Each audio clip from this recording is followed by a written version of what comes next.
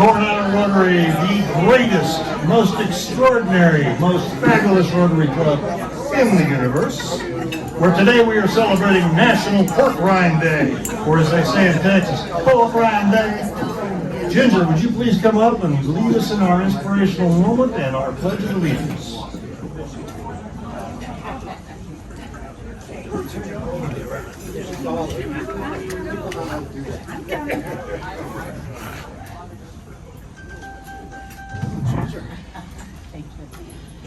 Good afternoon, President Pat, fellow Rotarians and guests.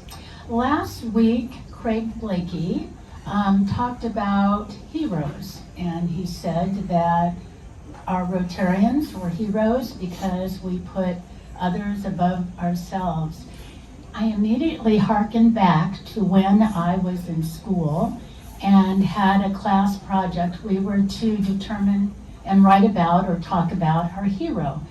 And immediately I thought of my hero, which was actually Helen Keller. I loved Helen Keller, and so today I'd like to share a little bit about her. Most of you know she, at about the age of 2, lost her sight and her hearing due to an illness. And it wasn't until she was introduced and mentored by Anne Sullivan that she was able to communicate and be out in the world again. She eventually became a disabilities advocate. She was an author, she was a lecturer, she was amazing. And so my Helen Keller quote is, "There will never be another now. I'll make the most of today. There will never be another me. I will make the most of myself." That's what I love about Rotary, is that we have the ability to give of ourselves over and over again. And isn't that wonderful? Please join me in the pledge. I pledge allegiance to the flag of the United States of America and to the republic for which it stands, one nation, under God, indivisible, with liberty and justice for all.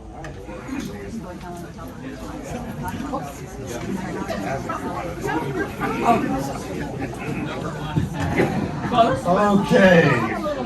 Angelique Campen, would you come up, please, and introduce our visiting Rotarians, which I don't think we have any, and our guests, please.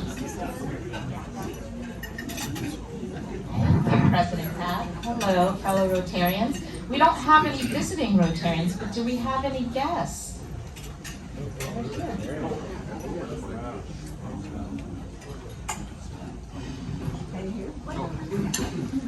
President Pat and fellow Rotarians, my guest today is Vicki Beaubian.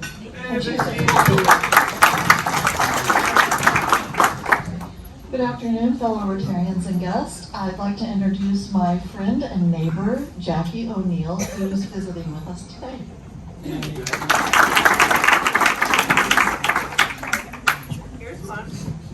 President Pat, fellow Rotarians and guests, Dan Orr and I are very pleased to introduce our long-term friend and very special guest, R.G. Head, who will be inducted to our club today. Welcome, R.G.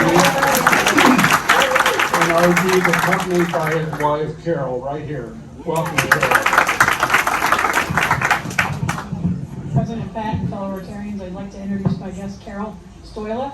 Carol has skied with ISFR for the last 2 years and is here just to check out her club and has come as my guest.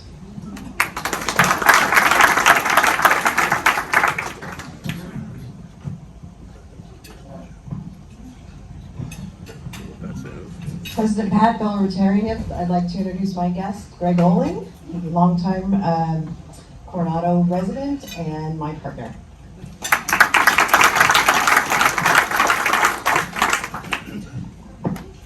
Thank you very much. Welcome.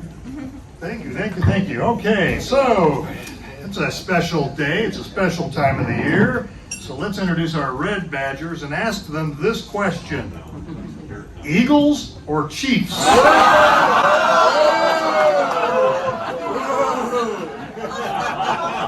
You get to start, Angelique. Wait, why are you asking about the Eagles and the Chiefs? Is there something going on? Okay, next. Julie Gallagher, Eagles versus Chiefs. You know, That's not an answer. Not a good answer. Taylor Swift, so Chiefs. Megan Keller, Eagles, Chiefs, I'm there for the commercial and the party. Brian Lopez. Brian, where are you? Go Chiefs! Go Chiefs. Is Francis McCarty here? I didn't see Francis come in. And then I know we have Ward Wilson. Ward, where are you? Right here. Fly like an eagle. Fly like an eagle. Okay. Well, you have an affinity for either one of those people who had an answer. Out of all of them, we had two. Of course, Taylor Swift will probably win, so there you go. All right, let's see. We've got some stuff going on around town. Let's show some pictures. From a couple weeks ago, we went to the IB food pantry again. You guys are doing amazing work that just kind of falls below the radar every month. But you take we spend, when I say you guys, I mean all of us, take a couple $1,000s of food down to those folks, and it makes such a difference in the lives of people who you'll never see and who'll never know who you are. But you can know you've made somebody's life a little better by your contribution. And thanks so much, Jenny, for everything you've done to orchestrate that. It's just great work. We had an alternate meeting. We have any pictures from that, or had a bunch of folks at that. That turned out to be a great show. And then we have our Rotary Around the World Minute that it was a gift to us from Robert Scott. Robert, where are you? You're here somewhere. I'm here. Robert sent us a picture of I think they're praying hands in Hong Kong. So Rotary is everywhere. You just need to be aware of that. And then I'm sorry we don't have a picture because the technology didn't work, but Suzanne, where are you? Suzanne, you went to the Wounded Warrior thing, and who went with you? Help my memory. Ari and Ginger Gallagher. Okay, went over to Wounded Warriors, dedicated a new facility. We were invited, and Suzanne led the charge to make sure we had a presence there to welcome their new facility. And we got a cottage named after the Coronado Rotary Club. There we go. There we go.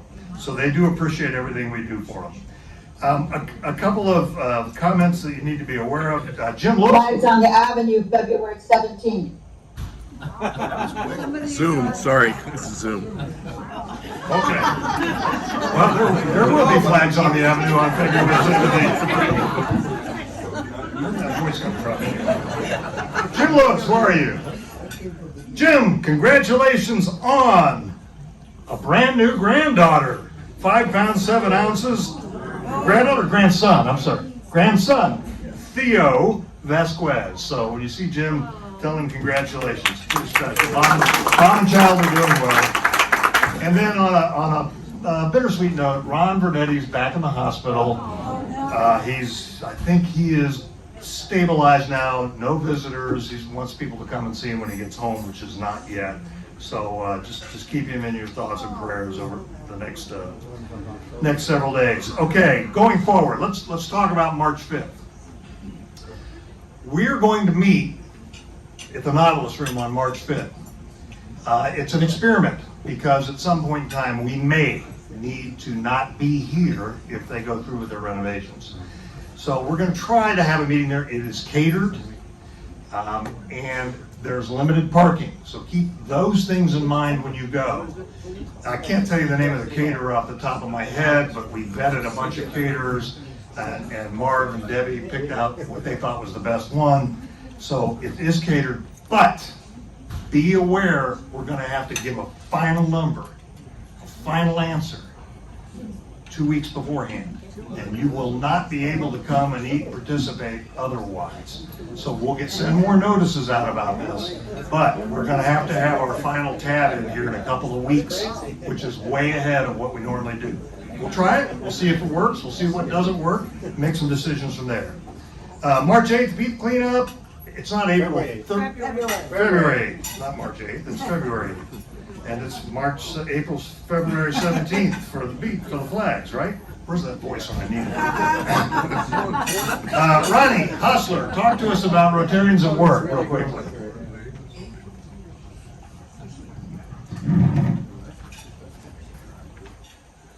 Hello, President Pat and fellow Rotarians. I put a flyer on your guys' table. It's coming up on April. Get close to Yeah, thank you.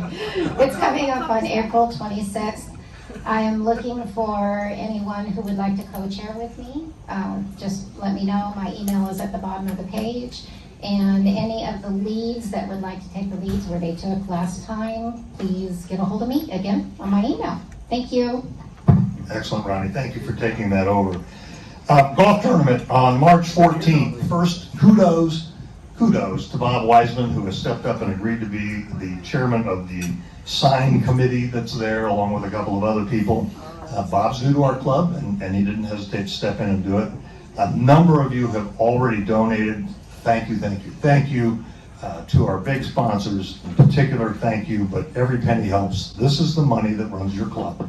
This is where the money comes from for the food bank. This is where the money comes from for the supplies for Rotarians at Work Day. So it's a big deal. We need sponsors, we need players. If you're interested in playing, if you've never played golf, put a team together and come play. You might come in last place and we have a prize for that too. So you can win 7 different ways. It'll be a fun time and it's important for the club. Sponsorships, players. We need as many as we can possibly get.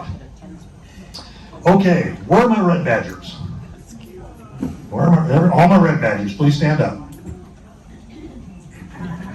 Okay, red badgers. If you're not sitting at a table with a red badger, you need to go home and have a conversation with yourself about why. Huh? Please have a seat. These folks are the future of our club. Let's make them as much a part of our club as we possibly can. So keep that in mind. No fine. Not before the Super Bowl. No fine. All right. At this point in time, we have a special presentation we're going to make with Karol McClelland. Karol, would you come up here for just a moment, please?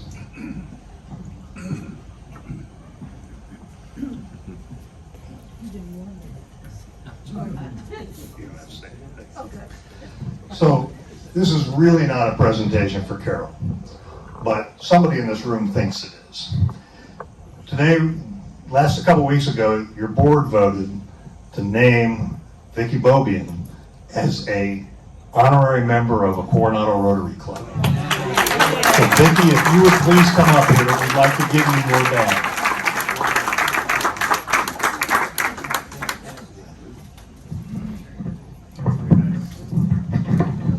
What many of you know is how much her husband contributed to this club, and what a long standing supporter he was of everything we did. But what you all also know, especially those of you who are married, is how important your spouse is to everything that you accomplish. And Vicki, you were everything to Ron's success, and we are so delighted to make you an honorary member of the Coronado Rotary Club. Please rise and let's welcome you.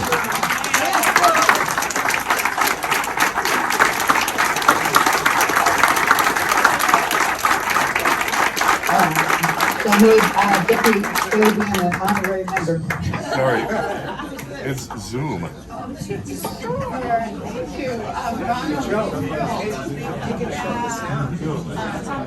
30 years ago, I was named an honorary member of the North Stockton Rotary Club. And along with my friend Vanita Kapoor from Delhi, her husband was here heading up. He did the polio eradication program in India for 25 years until it finally was done. And Vanita and I sat down, and our husband said, "My club probably should have done that." And I said, "I am so proud to be a member of North Stockton Rotary Club, but I can't participate in anything because it was up there." And Cliff Doctorman was present, and that was his club. For those of you that remember Cliff, I am thrilled and honored. Thank you. And very surprised. Thank you, Vicki. So at this time, I would like to call RG up, if you would, please. and we're going to do an induction of another member into our club. So RG, let me read this script that my friend Tom has prepared for me. On behalf of the Rotary Club of Coronado, it's my privilege and honor to induct a special new member today. I'd like to ask Ed and Dan to give us his name and his classification. I don't know his classification. He is a military professional. RG is a bon vivant man about town. He's an author, a retired brigadier general in the Air Force. Just super guy. We're honored to have you. Thank you. Thank you, Dan. RG, you've been invited to membership, and the Rotary Club of Coronado has accepted you as a person of good character, high ethical standards, and a person who has a heart for service as a leader in our community. And somebody said to that, in spite of the fact you're an Air Force guy. They said Right. We encourage you to learn all you can about Rotary and to strengthen your own leadership and communication skills by participating in all of the things we do as a club, including attending meetings. There's lots of events and there's lots of projects. You've been invited to join Rotary, but it'll be through your own actions that you will become a Rotarian. One question for you. Why did you decide you wanted to be a Rotarian?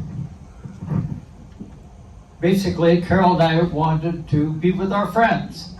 And I found out that Rotary is so much fun. Those are good reasons. So with that, we welcome you to the best Rotary Club in the universe. Fellow Rotarians, please stand and give a warm welcome to RG Head, our newest member.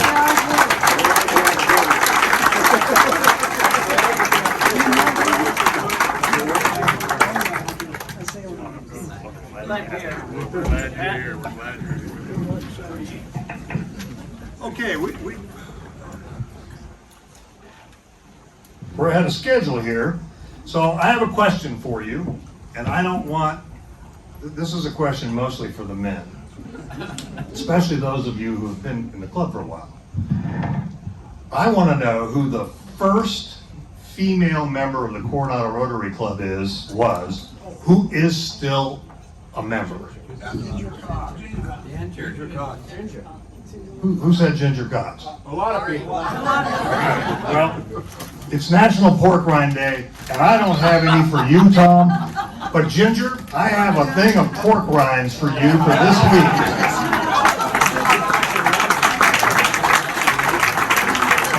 And irrespective of which team you're supporting, please note that I picked barbecue pork rinds because everybody knows Kansas City has the best barbecue in America.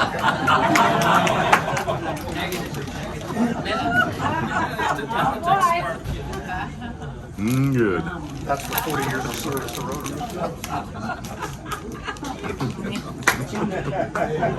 Okay, Jean Marie, would you like to introduce our speakers? That's great.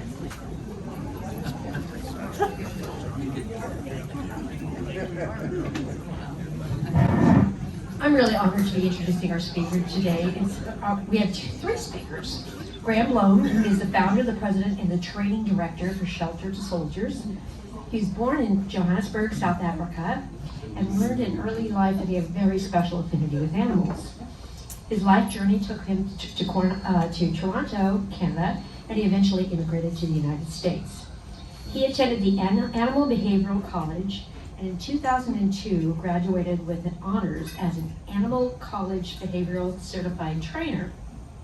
He's worked with literally thousands of animals over the years, and he founded Shelter to Soldier, which provides specially trained rescue dogs to post 9/11 veterans who may be suffering from either post-traumatic stress or a traumatic brain injury. Accompanied by him is a Navy veteran, Aaron Neely. Aaron served as a Navy chaplain assistant from 2002 to 2008. Between 2003 and 2005, he served 3 different tours in Iraq with the Marine Corps Infantry Battalion, which included going on the march to Baghdad and the first push through Fallujah. He's accompanied by someone that's going to warm all of your hearts, a very special guest, Murphy.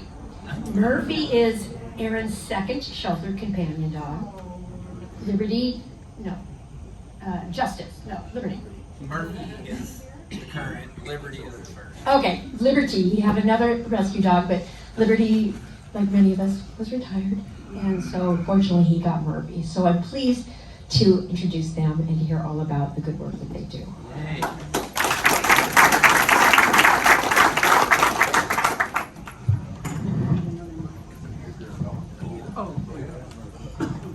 Well, thank you so much for having us here today and giving us the opportunity to share more about what we do at Shelter to Soldier in our community. Really grateful that Aaron was able to attend and he'll be able to share some of his experience, from the recipient side, which is a better and different vantage point than what I can share. Shelter to Soldier is 12 years young, and we created the program out of the need that our veterans in our community have and homeless dogs, and the millions of homeless dogs that are in our nation every year. I've been a dog trainer 25 years now in the community, and the amount of times that in the for-profit sector I was able to help people that needed a service animal that had the financial ability, compared to the times that I had to share an invoice or share the cost to those that couldn't afford and didn't have the ability, it became too much to see so many heads down, doors closed, and opportunities not presented to those that deserve the opportunity to have such a life-changing and life-saving companion. Myself, being someone that was personally impacted by suicide, lost one of my best friends, as well as a family member many years ago, I started researching and learning more about mental health and who it affects and why. And I was absolutely shocked and blown away when I read in 2012, when we formed Shelter to Soldier. At the time, we were losing 22 veterans a day to suicide. Currently, that estimated number is 17 a day on average, in addition to one active duty service member, and sadly, the active duty number is now currently on the rise. So what we do is very important and extremely necessary. On the canine side, being that was one of my first loves and something that I know as a pet dog owner, and any one of you that owns a dog, how much love they can give us when we get home from a hard day, and the things that they know that we're feeling that sometimes we don't even know until they connect with us, lay on us, offer their affection and support, and all of a sudden you start realizing what's going on in your heart and your mind, and you're allowed to feel, and you're allowed to accept that compassion from these amazing canines. We're losing about 1,800 dogs a day to euthanasia in our nation. And that's just in the shelter system. That's not private ownership. So while we can't save every single life, allowing us to share, one, educates those about what's going on and helps the greater good for adoption and helping homeless dogs. But when we do adopt a dog at Shelter to Soldier, we're not only taking that dog and training that animal over 18 months to become a psychiatric service dog, but we're freeing up a space for another dog to come in. One of the main reasons why dogs don't depart from shelters and rescues is because of space, sadly. There's just not enough of it. So that's a little bit about what we do. Of course, it takes time and investment, like anything. We operate on a very thin administrative budget. I've been the president for 12 years and volunteer my time, and we've got an amazing core group of volunteers. But we do have paid team members that are incredibly talented and good at what they do, and part of that team is our dog trainers and also our animal care team members. The average dog takes us 18 months start to finish from time of adoption to graduation. And that's evaluation, assessment, medical care, baseline obedience training, and evaluations every 30 days, and then 9 months of training until they're matched with a veteran. That process is pretty special. We always, it's a fun subject, but it's also really amazing to watch. We call it speed dating. And eligible veterans that have been vetted, have applied and been vetted and approved for the program will meet dogs that align with their lifestyle, their needs, and their wants. And they'll meet these dogs, these eligible pups, and see what sort of natural connection there is. Sometimes there's fireworks, and it's amazing, and you see it right there in front of your eyes, these connections that were meant to be, all the way to the point where you can even see maybe they were together before. It's really special. And sometimes it takes time. It takes a few visits for them to connect and realize which dog is the right fit for them. But either way, it's really special. And from that point, the teams actually go through 6 to 8 months of handler training. So these veterans are learning to become dog handlers for their dogs. It's not just about commands and positions and rewards and treats. It's about relationship building. It's about trust building. And it's about taking the teams out into the community and being there for them as a support mechanism.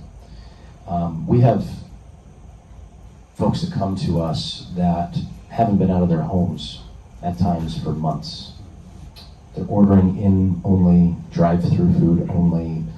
They're not going to friends' functions, family functions. If there's children in the picture, they're not involved in their kids' lives as much. And to go to Target or to go to the grocery store is a big deal. And so our training team is remarkable in building trust and rapport with the veteran handlers, and in baby steps, pushing them just enough in each new environment to prepare them for the life ahead with their service animal, until they can take a test and pass and show that they can have their dog anywhere with them, maintain positive control, but also that they're ready to push themselves in life to continue forward. So it's a remarkable process. We call it the Shelter to Soldier family, not just a program or an organization, because we wrap our arms around our graduates, our alumni, and we stay connected for life. We offer lifetime follow-up training. Some of them, like Aaron, has chosen to spend quite a bit of his time. He's the kind of guy that just doesn't say no very often, in the sense that when there's an opportunity to help his fellow brothers and sisters and other dogs in need, Aaron has shown up and been kind enough to share in many different locations and occasions his story and how the program has impacted him. It's not only helped the program raise needed dollars and awareness, but it's also helped veterans that were quietly thinking about how they need a different level of support or alternative therapy and hadn't taken that step. And the amount of people that I've met that have heard Aaron speak or have met Aaron that have then taken that step to help themselves and have gone through the program is remarkable. So he was in service then, he continues to serve now, and I appreciate you hearing a little bit about the organization. It's my absolute pleasure to reintroduce Aaron and allow him to share his story and a little bit about his background with the program. Thanks, Graham. I've been doing this a little bit, still don't know how to use a mic. All my kids tell me when we go to order fast food that they can hear me echo from the headphone on the person taking the order through the microphone and back through the speaker where I've been ordering. They give me a real hard time about it. So hopefully I don't deafen anybody here, Well, I'm Aaron. I'm a Navy veteran, and if I talk for a second and I lose my train of thought or I wonder, there's just a couple things I want you to remember today. One, for a lot of us, the war, the shots in Afghanistan and Iraq may have ended, but our generation's war continues, and many of us haven't come home yet. So my heart is filled with gratitude, as that there's not only been people from our own generations, but previous generations that seen how the people they grew up with were treated, that have now welcomed us home. And so I want to thank you for that. Thank you for allowing me to be here. I'll tell you a little bit about Murphy. There was a speed dating process. I met a dog named Lucky. I don't know how lucky Lucky was because he tore his ACL in training. And I loved this dog and had visions of being more active and hiking through the mountains and all the things I wanted to do with him. But he got hurt, and Liberty was getting ready to retire. She was not on her last leg, but we wanted her to have a career as a therapy dog afterwards. So it needed to transition, so I started to meet dogs again. They opened the door to the yard. They said, hey, Murphy's a little young. He's not very far along in his training, but would you like to meet him? And I said, okay. Well, Murphy comes screaming through the door, rolls over, shows me his belly, and I just start petting him, and he's got the biggest smile on his face.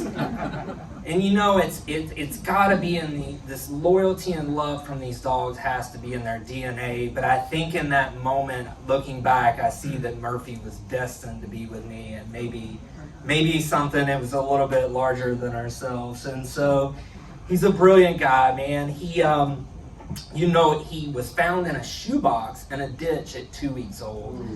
And my heart goes out to anybody that's in the circumstances where they need to feel to do that. And really, for someone that found him in that ditch rummaging through trash, my heart goes and my thanks to them for giving him a second chance at life.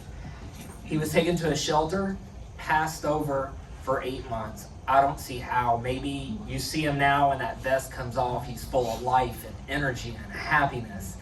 And, maybe it was too much for people, but Shelter to Soldier found him and brought him in and helped him find a purpose.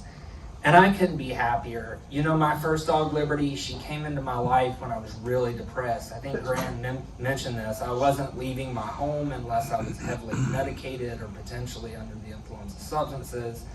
I would find some peace in going out with my kids, but it was very difficult to connect with them and stay focused on them.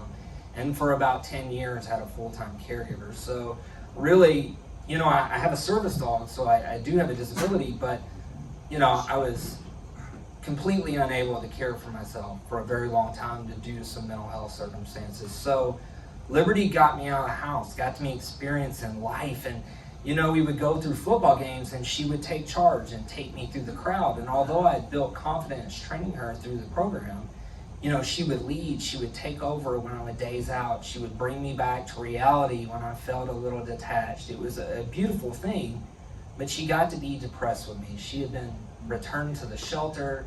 She had been given up on, which in a lot of ways I related to. When she retired, I almost didn't get Murphy. I debated, and I really felt like my heart was being healed. I had learned a lot through the service dog, but I wanted to take another chance. And it's been a beautiful thing, where Liberty left off, bringing peace to my family. And everybody that's in co-parenting situations and blended families in our generation can understand it can be incredibly challenging.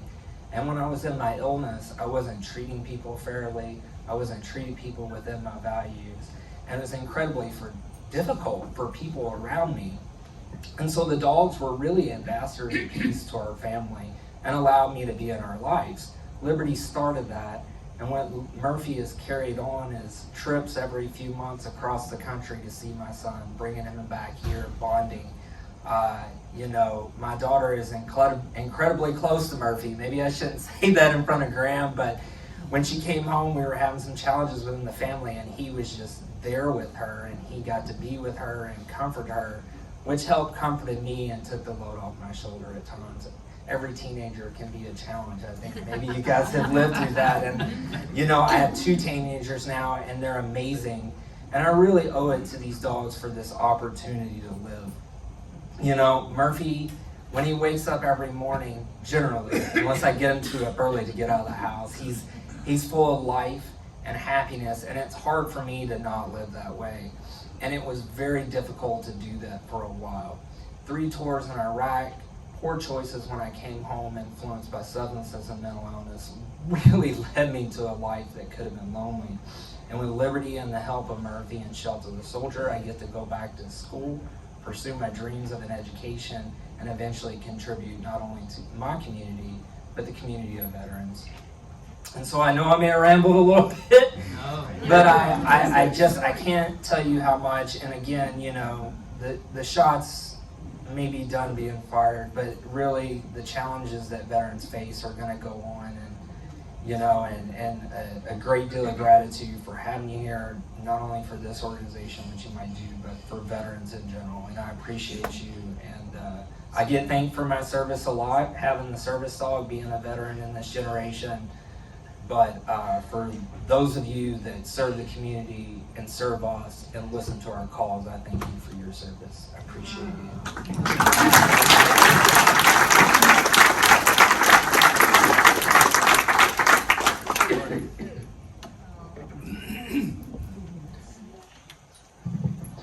Thank you, Aaron, for sharing and being vulnerable, enough in front of a group of people to allow people in to understand what it's like to be a veteran and the impact that the program's had. Thank you all, as Aaron said, for all that you do in the community every day. Clearly a lot for veterans as well. Yes, I would love to open it up for any questions. Please. I wanted to find out. Okay. Hi, thank you. Wanted to find out what the breakdown is on the 18 months. Why so long? Yeah, so it's a bit of a science and time and repetition, and across the board, nationally and internationally, service dogs take anywhere between 18 and 24 months. Part of that process is a number of hours that have to be spent doing specific training exercises. We call that public access training. These dogs have to go out to new environments and they have to be documented. So when we're taking them out, we're taking them to one store, one type of stairs, an elevator, an overhead speaker, a low ceiling, a high ceiling, and they have to go to a large public event. So a lot of that training is the exposure, but then during that time that we're doing public access exposure, it's elevating the dog's expectations to comply, behave, and be able to be a service animal. If you've ever seen a service dog out in the community that has a vest on that is on a 20-foot leash at the end, lunging, barking, spinning, and disrupting the community versus being a dog that's in tune and paying attention to the owner, one of the big differences is time spent and who is handling and training that dog. There's multiple evaluation periods, and there's 4 tests that our dogs pass. It's not one standard, it's our standard, as well as some other standards in governing bodies. But the exam preparation is a lot of work. So, I think if you could think about a subject matter, let's take foreign language, for example. You could learn in one semester a few words in Spanish. 2 semesters, you start to become decently comfortable, but after a couple years, you're fluent. And what we're looking for in our dogs is fluency. Great question. Thank you. Please.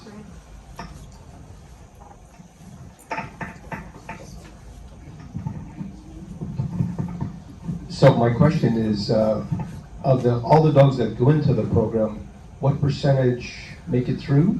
And what happens to the ones that don't? Great question, and a common one that's asked, and I usually touch on that, so thanks for bringing that up. We're really proud of our graduation rate. It's higher than the national average, and we're averaging a little over 80%. We were at 82% for 23, and our 2024 numbers will come out pretty close. Part of that is because of the behavior assessment and evaluation we're doing at time of adoption. And we're doing medical intake as well. So x-rays, blood panel, urinalysis, and making sure these dogs are mentally and physically well to do this very important job. We call our dogs that don't make it through the program career change instead of failures. They change job titles and roles, and still very important. And it goes in order. Service dog is the ultimate goal and outcome, and what people come to us for the most. So much so that, unfortunately, we have almost a 1-year wait list, which is actually a year less than the national average right now for other programs. When they can't make service dog criteria, we try to make that determination in the first 90 days. That's the goal. 30-day evaluation, 60-day, and a 90-day. Most times we get that pretty spot on, and that's partially to help the dog find a home quicker and get out of the system and make sure that they're placed. And it's also partially to mitigate financial costs and make sure we are reinvesting funds into the next service animal. There are times where dogs will make it further along into the program, and later we learn of something that we have to career change the dog, whether it's medical or behavioral. So the next step down below service dog is what's called an emotional support animal or emotional support dog. They do not have public access rights like a service dog, but they are allowed to go to dog-friendly establishments, and they have certain rules and protections as far as housing goes. These dogs in our program are placed with veterans, active duty families, as well as Gold Star families. And just recently, our board voted and we are opening up our ESA placements also to first responders. The goal being that we are predominantly a service dog organization, but we also know that we have a duty to make sure these animals get a wonderful, loving home in a fair amount of time and still make an incredible impact. Beneath that, we call it, we would call it a pet dog placement. So if a dog is still not able to pass the ESA criteria, which is still some testing and good temperament and health, and there's something that determines they can't, then it's a pet dog or best placement. At this time, we're open to anyone in the community that is wanting to take on a dog, and what that dog has to offer, pros and cons, because they didn't make the service dog cut, there might be some bumps in the road. And we offer support with lessons with that transfer to make sure that the dog is successful. And that's the minority, but it's there as a support. Thanks for the question. Is there a certifying board or body that certifies these animals? So there are 3 different organizations currently that are nationally recognized, and there is not one stamp that you have one card that you can pull out and say, this is the end-all, fix-all. All 3 of these organizations, one newer, but seems to be moving quite rapidly, have been trying to become that standard for a very long time. And they're doing the right things and they're offering great service and support. But I've been in this business for more than half my life and it still hasn't happened. So I'm not sure what the future will bring. What we do as an organization is we have memberships and governing bodies and people that have some level of oversight, call it watchdog group if you want, for the service dog industry. What we do is we have their standards for all 3. We create our own standard and we elevate it for our program.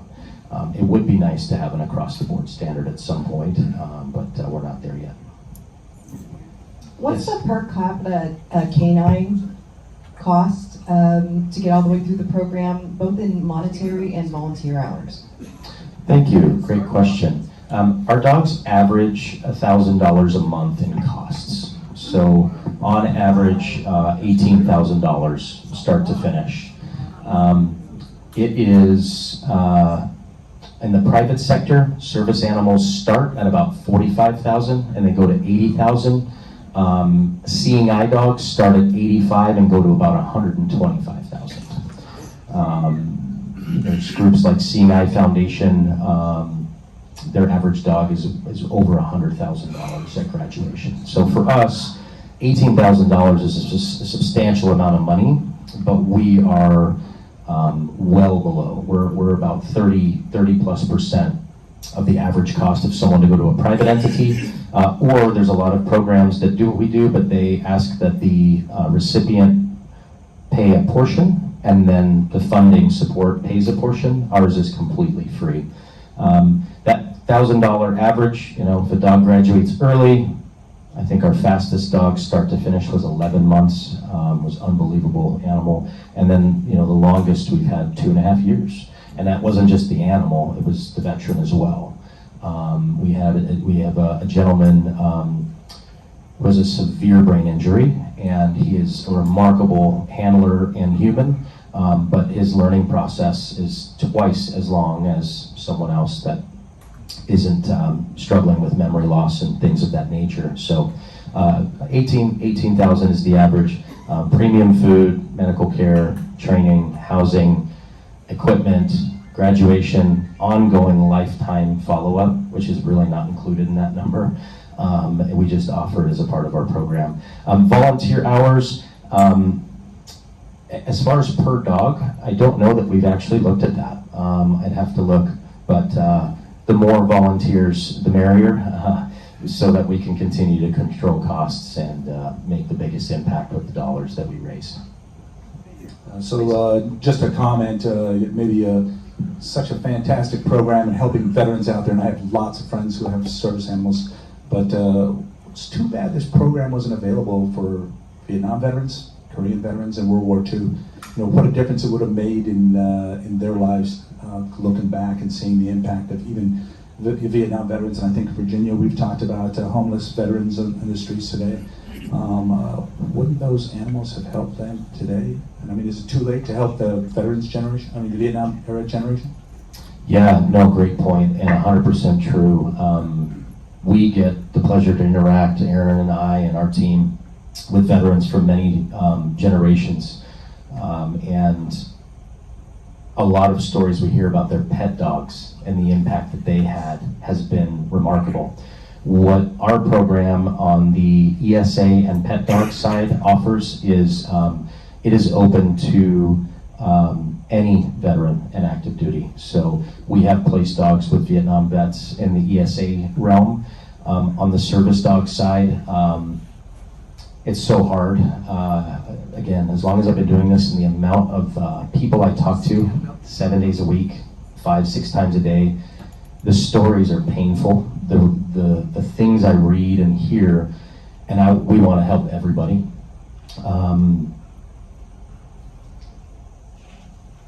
From every generation, children, autism spectrum, Vietnam vets, we are realizing that we have a 1-year wait list just for service dogs, just for post 9/11. And we had to pick a lane, but thankfully with the emotional support and the pet dog side, but I agree with you. I mean, what could have been and the amount of change that could have happened, we try to look forward and be that change now for our current and future generations. Thank you for the comment. Please. I see on your website, and thank you so much for what you do, I see on the website you have sponsorship opportunities, events that you can do for fundraising.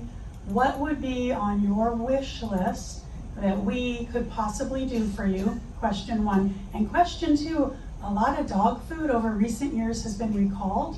I take care of community animals. Do you have anything to say about that, and what do you do? Because it's just such a risk. Thank you.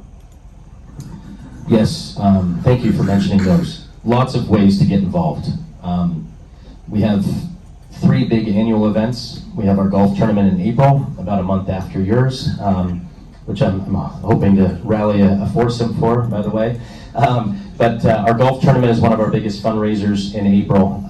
We need volunteers always, and we need people playing, and then sponsors, whole sponsors and sponsors for the event.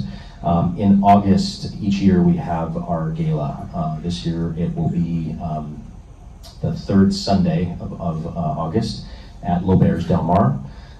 It's a beautiful evening, about 250 people, a really important function, and we raised a net $300,000 last year at that function. And we grind everything we can down to the lowest possible cost. I can tell you that as beautiful and fancy as L'Auberge is, they are tremendously kind to us in what they're doing to support us there, to help our bottom line. And then we now have our inaugural was November this last year. Our second year will be our 5K. It was at Liberty Station last year, more than likely back this year. Again, volunteerism, sponsorships. You can also sponsor a dog for $18,000. We have individuals, foundations, and companies, as well as groups that sponsor a dog, and it's a pretty special journey.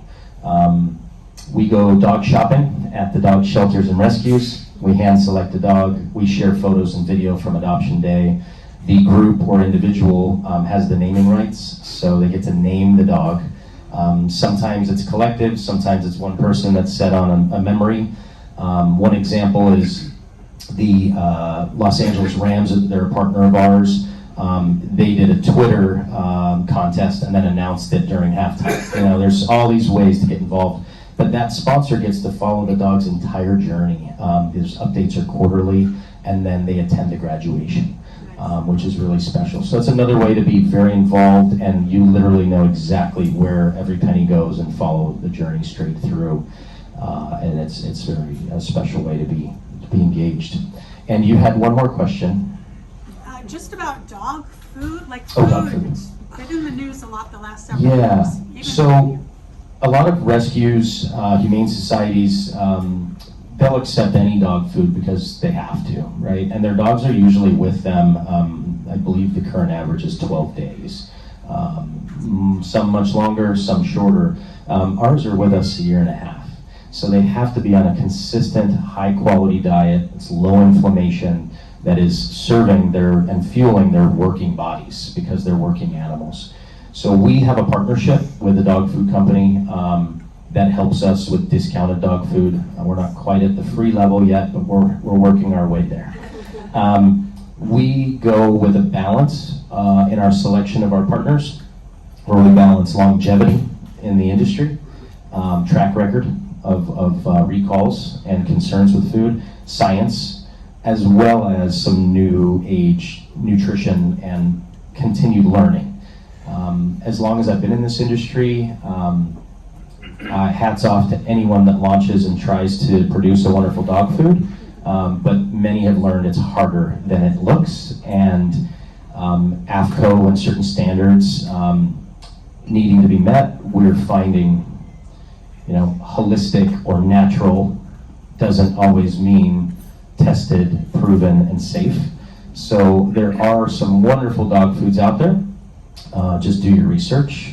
And one recall is terrible, but also sometimes it could just be a moment in time. And we've allowed patience in that because as 25 years I've seen it happen to the biggest of the big, and I've seen them find ways to improve their processes. So great question. Dog food is one we could talk about for days. It's a very complex industry. Yes, please. Yeah, okay. I have a young former air crew ordnanceman in my neighborhood, and I see his wife, but I never see him. And this sounds like something that she could introduce him to that might be very beneficial. And it's kind of sad, and it bothers me because he's not even outside. He doesn't help with the yard work or anything. He's just there. And I say, how's he doing? And she says, well, so I was wondering if there was a tactful way that I could introduce you to he and his wife. I don't think there are any kids, in a nice way, to not be offensive. What do you think?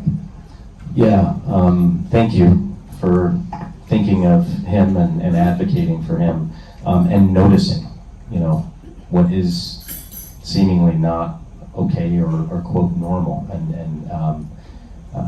see you getting even emotional about it. I really appreciate your dedication to that. It's a common question. How do we introduce, right, without pointing a finger or saying, you need this? There's a number of ways to do so. One of them is to find a way to attend one of our community functions. Not necessarily one of our big fundraisers, but a community function. And if they're not able to get there, but their significant other is, they can take back information, speak to other graduates. So that's one. The other is, we have had a peer-to-peer support group in the past. Like many things during the pandemic, we had to keep certain things laser focused, and that one did dwindle. We're revamping our peer-to-peer program, and that is typically going to be alumni helping future applicants and hopeful graduates. That would be a case where you would be able to share and say, hey, I heard about this amazing program. You get to hang out with dogs. I've heard firsthand the impact it has. And if he'd ever be interested in chatting with another fellow veteran or someone at the program, it'd be great. I can tell you, when we launched this program, I was doing a lot of the applicants' reviews, phone calls, phone interviews, and meetings myself. One of the most impactful times of my life. And I did everything I could to be compassionate and to be there and to be the professional dog trainer. But what I couldn't be was a veteran. I'm a civilian, I never served, and I could never say, and never have, I understand. I know what you went through, because I didn't. So when we have veterans on our team, whether they're board members or peer-to-peer counselors, those are the people that would connect with him potentially much better than someone like myself. And so it's using those relationships strategically to help someone in need. And then the other is just a completely anonymous application. On the website, they can fill out, or she can fill out an application and begin that process. And caregivers are a big part of our program. We have caregivers come with the recipient or applicant often to these. They don't need to go it alone. We want them to grow to that point, but there's no hurry. So thank you for advocating. I'd say website, a community event, or getting in touch with our peer-to-peer. I'd be happy to give you my card and personally help if I can.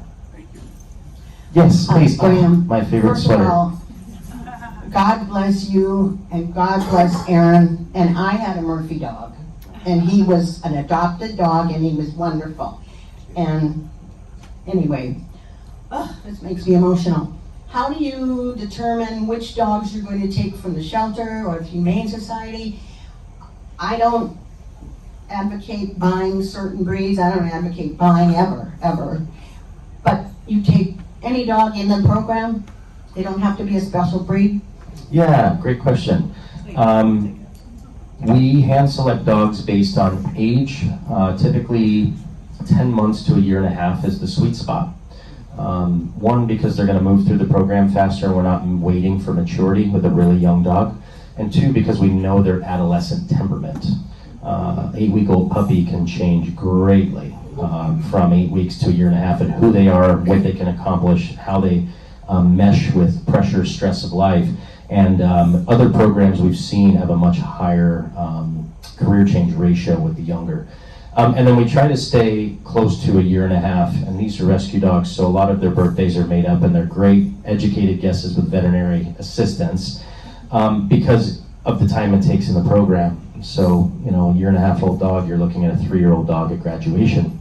What we don't want to do is place a dog that's almost a senior with someone who's struggled with loss already in their life, who's then quickly facing loss in their vision. We want to know, unless there's a catastrophe, and hopefully not, you know, that which we haven't experienced, thankfully, that there's some longevity ahead. So age is one, size is the other. Those that we serve are typically wanting medium to large dogs. Biggest reason is we teach certain tasks to support our veterans. One of them is compression or deep pressure therapy. So these dogs are trained to put body weight across your legs, your lap, your feet, and they interrupt the precursor to a panic attack. They settle anxiety. They lower blood pressure by doing so. So a heavier weight is supportive. The other is just a sense of safety. While they're not protection animals, you know, everyone I've talked to, again, coming from stories of those we've served and friends of mine, being that I haven't, you are deployed with snipers on the roof, with bombs exploding, with RPG fire, with all of this chaos potentially in your life, and you've got brothers and sisters watching you. Your front, your back, your left, your right, you've got watch overhead, oftentimes with drones, and then you come back home and you're on your own. And so these dogs are eyes in the back of your head. And so size also comes into play, medium to large breed. Our dogs do a watch command, so they'll go through your legs backwards and cover your 6, for example. They'll create a space bubble. They do a left, front, right, and behind. So if there's someone crowding or feeling crowded, the dog can go and create a space buffer. Nightmare disruption, again, the bigger dogs typically do a better job at disrupting night terrors and nightmares. They're relentless with pawing and licking and nudging and making sure you feel all 60 plus pounds of their weight pounding on you to help bring you back to the now. So it's age and size and then temperament. We're looking for dogs that cope with, we do a ton of tests, so noise stimulus, different footing and flooring. We try to introduce them to 3 or 4 different flooring types quickly during eval. Motivation. Do they want a job? We don't want to force a dog to do a job they don't want. So if they're food motivated, toy motivated, a lot of the shelters and partners that we have will call us and be like, hey, this dog's going, quote, kennel crazy. Kennel crazy is a term they use for when a dog's deteriorating mentally. And that means that dog is not the dog that can just lay down and hang out and be a couch potato. That dog needs stimulation, and that's a perfect dog potentially for us. So temperament and then health. They cannot have any known incurable medical. Knowing that we are putting this much time and money and faith in this animal to serve a veteran, we do a lot of medical screening to do our best to rule out the what ifs. Great question. Thank you. 3 of you. Sorry. One more. You guys got to make that call. I can't decide who it is. Do you have a veterinarian on staff, or do you have volunteer veterinarians? How do you take care of the medical? We have 3 veterinary partners. One is on our board of directors and has been for years. And she and her practice donate $12,000 to $15,000 a year in medical care towards some of those bills. Wish I could say that went much further, but medical could be in the tens of thousands annually for us. And then we have 2 other partners that discount care for us greatly. Our goal is to have an in-house veterinarian. In fact, our new facility, we've been there a year and 1 month now, has a vet practice in the back, or what's left of what was one 30 years ago. So that's a goal of ours, funding-wise, for sure. We want to hire an in-house social worker. We have a mental health liaison who's a licensed clinical social worker on our board, and a community of them, but not in-house, and we want to hire an in-house vet. At the moment, discounted care and some donations help. We have a medical fund that we need to replenish constantly. So that's something, your group it could talk about potentially as something with the medical fund. Thank you. Thank you all so much. Wonderful questions. Appreciate your time.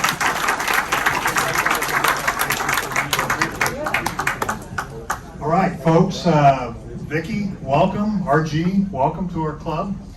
I hope everybody enjoys the Super Bowl this weekend.